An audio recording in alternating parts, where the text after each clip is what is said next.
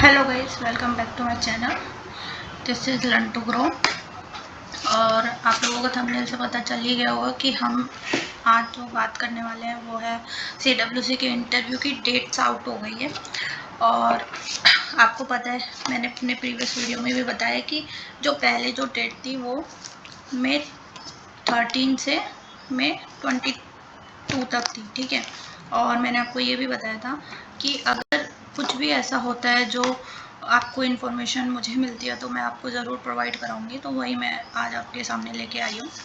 तो अब आप देख सकते हैं, जैसे ये देखिए, यहाँ पे आप देखिए कि हर पोस्ट के इंटरव्यू कॉल लेटर आउट हो गए हैं। अगर जिनका सिलेक्शन हुआ है उन लोगों को तो कॉल लेटर निकल के आएगा कि उनका किस डेट को है, किस डेट को नहीं है, ठीक है।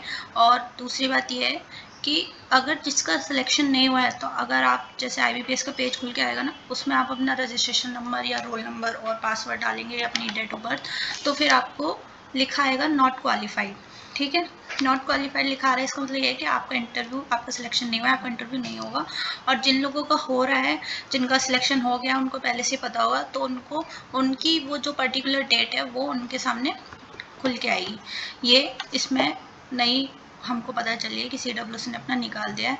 और ये आप देखेंगे कि ये इसका प्रीवियस नोटिस था जब उन्होंने अपनी डेट पोस्टपोन कर दी थी, तो इसमें साफ साफ लिखा हुआ है कि जो डेट थी असिस्टेंट मैनेजर या किसी भी पोस्ट की, वो मई 13 to 22 थी, लेकिन उन्होंने ये डिले कर दिया था, पोस्टपोन कर दिया था। और 1 महीने के अंदर अंदर उन्होंने ये बता दिया कि कितने टाइम में उनको ये इंटरव्यू कराना है, कितने टाइम में इंटरव्यू होगा।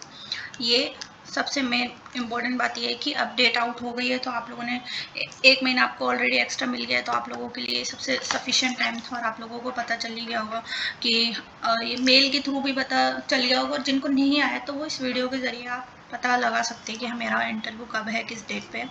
और हर पोस्ट के लिए मिला है, तो जितनी भी पोस्ट जिनके लिए टेक्निकल हो, चाहे फाइनेंस हो, चाहे मैनेजमेंट ट्रेनिंग हो, कोई सी भी पोस्ट जिनके इंटरव्यू शेड्यूल थे, वो अब आप लोगों को पता चल गई, ठीक है। तो ये वीडियो मैंने आपको इसलिए बताया क्योंकि जो इन्फॉर्मेशन हमें मिलती है वो हम आपको प्रोवाइड करवा देते हैं। और दूसरी बात ये है कि आपको पता है कि अभी SBI क्लर्क का भी रिजल्ट आउट हुआ था, ठीक है। उसको हो गए काफ़ी 3-4 दिन हो गए हैं, तो उसमें कुछ इश्यू सामने आ रहे हैं। जैसे कि कुछ ऐसे स्टूडेंट थे जिनके सिलेक्शन नहीं हुआ, लेकिन उनको लगता है कि उनका मार्क्स अच्छे थे, उन्होंने अटैम्प्ट अच्छे से किया है, और उनका जो उनका एक्यूरेसी थी वो बहुत अच्छी थी, फिर भी उनका सिलेक्शन नहीं हुआ। कई बच्चे कह रहे हैं कि हमने 95 अटैम्प्ट किया है लेकिन हमको 46 ही नंबर दिए हैं, इतने तो उनके 2 सब्जेक्ट्स में ही आ रहे हैं। तो कई लोगों का इशू है, कई बच्चों का इशू है। ऐसा नहीं है कि कहीं किसी का सिलेक्शन नहीं हुआ है, ऐसे बहुत से बच्चे जिनका सिलेक्शन हुआ है, बहुत सारे बच्चे हैं। लेकिन ये वो बच्चे जो जिनको उम्मीद थी, जिनका कई बार ऐसा होता है लास्ट अटैम्प्ट होता है, या अपना हार्ड वर्क, अपना सब कुछ लगा दिया और फिर भी उनका नंबर नहीं दिए गए। तो ये जो है बैंकिंग टीचर्स जो है, जितने भी जो प्रिपरेशन करवाते हैं, उन लोगों ने भी कल एक मीटिंग करी थी, उसमें भी ये बताया गया है कि प्रोटेस्ट करना पड़ेगा, क्योंकि लास्ट ईयर से एग्ज़ाम हो रहे हैं 2023 से, उससे देखने को मिल रहा है कि जितने भी बैंकिंग एग्ज़ाम हो रहे हैं, जैसे कि खासकर IBPS जो करवाती है, और जितनी भी एग्ज़ाम है वो ऐसा बनाती है कि अगर मल्टीपल शिफ्ट में पेपर हो तो किसी शिफ्ट में हार्ड, किसी शिफ्ट में बिल्कुल ईजी दे देंगे, तो मतलब क्राइटेरिया मैच नहीं हो रहा। और मल्टीपल शिफ्ट में अलग अलग नंबर ऑफ कैंडिडेट्स बैठते हैं, सेम नंबर ऑफ कैंडिडेट्स नहीं आ रहे हैं। जैसे किसी में 50,000 बैठ रहे तो किसी में 1 लाख बैठ रहे हैं, तो बिल्कुल दुगना तिगना बैठ रहे हैं। इस वजह से भी काफ़ी, तो वो जो फॉर्मूला वो देते हैं नॉर्मलाइजेशन का, वो है नहीं। तो बच्चों की डिमांड है और सबकी डिमांड है कि आंसर की दे, या फिर उनका रॉ स्कोर जो है, रॉ स्कोर तो उनको पता चले कि उनकी कहाँ डिफ़िकल्टी थी, उनको कहाँ कहाँ उनको मेहनत करनी है। क्योंकि देखो, हार्ड वर्क होता है वो तो ठीक है, लेकिन उसके बाद आपका जो लक होता है ना, वो यहाँ पे बहुत इंपॉर्टेंट है कि आपकी किस शिफ्ट में पेपर। और आजकल हर एग्ज़ाम में मल्टीपल शिफ्ट में जो एग्ज़ाम हो रहा है ना, उनमें ये चीज़ देखने में मिलती है। फिर वो चाहे SSC हो, SBI हो, या और भी कोई एग्ज़ाम हो, IBPS जो कराती है PO वगैरह के, उनमें भी ये चीज़ें देखने को मिल रही है। और अब बच्चों के सामने क्या चीज़ें आ गई है कि हम 2 चीज़ें करेंगे, पहले हम हार्ड वर्क करें, पहले प्रिपरेशन करें, फिर एग्ज़ाम दें, फिर हम बाद में 2 महीने और प्रोटेस्ट करें, और फिर भी उनको पता नहीं है कि रिजल्ट उनको मिलेगा या नहीं मिलेगा। ठीक है, एसबीआई तो फिर भी अपनी वेटिंग लिस्ट निकालती है, लेकिन उसके भरोसे रहना नहीं चाहिए, क्योंकि 2-3 नंबर्स अगर आपके कम हैं तो ही आपका सिलेक्शन होता है इसमें, या 4 नंबर से रह गए ऐसा होता है। लेकिन अगर बहुत बड़ा मार्जिन आ रहा है, जैसे यहाँ पे मार्जिन आ रहा है, तो आपका नहीं होगा।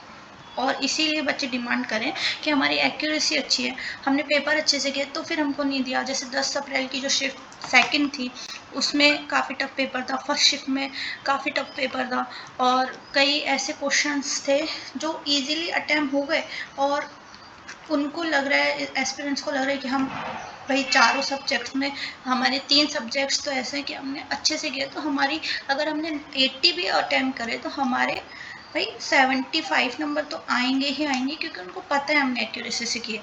ठीक है, अब नहीं आ रहे हैं, इसका मतलब ये है कि कहीं कुछ गड़बड़ है, इसीलिए काफ़ी प्रोटेस्ट कर रहे हैं स्टूडेंट्स। लेकिन एसबीआई वाले अपनी बात सुने नहीं सुने, काफ़ी टीचर्स भी इसके लिए आ गए हैं। बहुत बहुत ज़्यादा अच्छी बात है कि सभी एक तरीके से यूनाइटेड हुए हैं इस चीज़ को लेके। आप देख रहे हो कोई से भी गवर्नमेंट एग्ज़ाम होता है, अगर हम यूपीएससी की बात नहीं करें, तो बाकी कोई सा भी एग्ज़ाम जिसमें आप देखेंगे कि ऐसे एग्ज़ाम जिसमें बच्चा बहुत टाइम से बहुत अच्छे से मेहनत कर रहा है, काफ़ी टाइम लगा दिया, लेकिन अगर उनका सिलेक्शन नहीं हो रहा है, तो इसका मतलब ये है कि कहीं ना कहीं वो बॉडी जो एग्ज़ाम कंडक्ट करा रही है, वो ऑर्गेनाइजेशन जो एग्ज़ाम ले रही है, उनका कहीं ना कहीं कुछ ना कुछ इन्फ्लुएंस रहता है एग्ज़ाम्स में।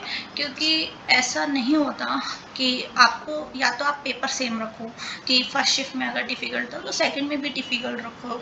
मल्टीपल शिफ्ट्स होने लगे, पहले 2 शिफ्ट, एक शिफ्ट में पेपर होता था, अब बच्चे ज़्यादा हो गए हैं, काफ़ी जो पुराने हैं, जो 5-7 साल से प्रिपरेशन कर रहे हैं, वो फिर आपका एग्ज़ाम पैटर्न चेंज हो गया, तो अब जो न्यू फ्रेश आया है वो इतना कंपटीशन, तो काफ़ी चीज़ें मैटर करती है। और जो नॉर्मलाइजेशन का इनका फॉर्मूला है वो परसेंटाइल बेस है, तो वो लगेगा ही नहीं, क्योंकि वो तो बिल्कुल भी कोई मायने नहीं रखता किसी भी तरीके से, क्योंकि बहुत सारे बच्चे अलग अलग शिफ्ट में बहुत बहुत ज़्यादा अंतर लेके हैं। ठीक है, तो हम लोगों को क्या करना है, खासकर ऐसे स्टूडेंट, जैसे एसएससी के लिए कितना प्रोटेस्ट हुआ, कोर्ट केस हुए, फिर उसके बाद उन्होंने दोबारा से मेंस का एग्ज़ाम करवाया था।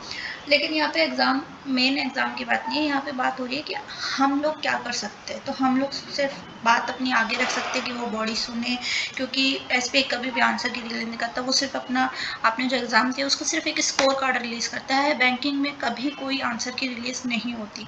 ठीक है, ये आरआरबी, एनटीपीसी या एसएससी का पेपर नहीं है जिसमें आंसर की रिलीज होती है। ऐसे बहुत सारे एग्ज़ाम हैं, इवन कई सारी पीएसयू, महारत्ना जैसे गेल है, पावर ग्रिड है, वो लोग भी अपनी आंसर की रिलीज़ करते हैं।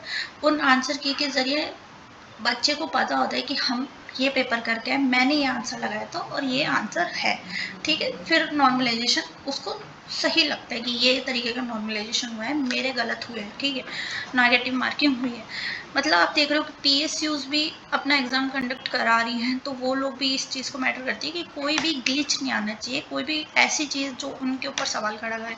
लेकिन एसबीआई जैसी बॉडी जो हमेशा इतना एग्ज़ाम कराती आई है हर साल इनके, अभी एसबीआई पी का रिजल्ट हुआ उसमें तो ये प्रॉब्लम देखने को मिली, क्योंकि उसमें 1-2 शिफ्ट में मेंस का एग्ज़ाम क्लियर हुआ है, मतलब फिर उसके बाद इंटरव्यू होता है, तो यहाँ पे वो चीज़ ही नहीं रहती।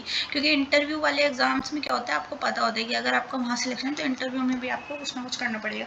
ऐसे ही इसीलिए मैं कह रही हूँ, अगर आपने CWC का एग्ज़ाम क्लियर किया है, आपका इंटरव्यू डेट आपको मिल गई है, तो आप प्लीज़ अच्छे से प्रिपरेशन करें, क्योंकि ये बहुत ज़रूरी है।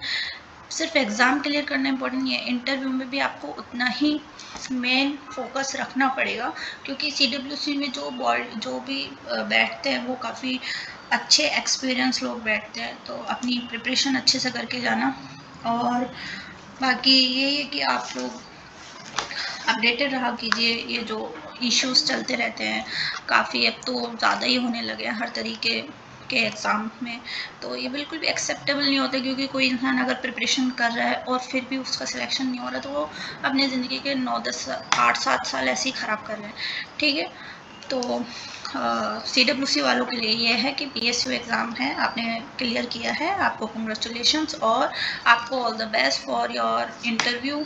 और अच्छे से प्रिपरेशन करके जाना, और इंटरव्यू में अपना अच्छा एक्यूरेसी रखना ताकि आपको और घबराना नहीं बिल्कुल भी, ठीक है। और भी कोई बात हो तो आप ये लर्न टू ग्रो नाम का टेलीग्राम चैनल है, उस पर भी आप जुड़ सकते हो ताकि आपको आगे की इन्फॉर्मेशन मिल सके।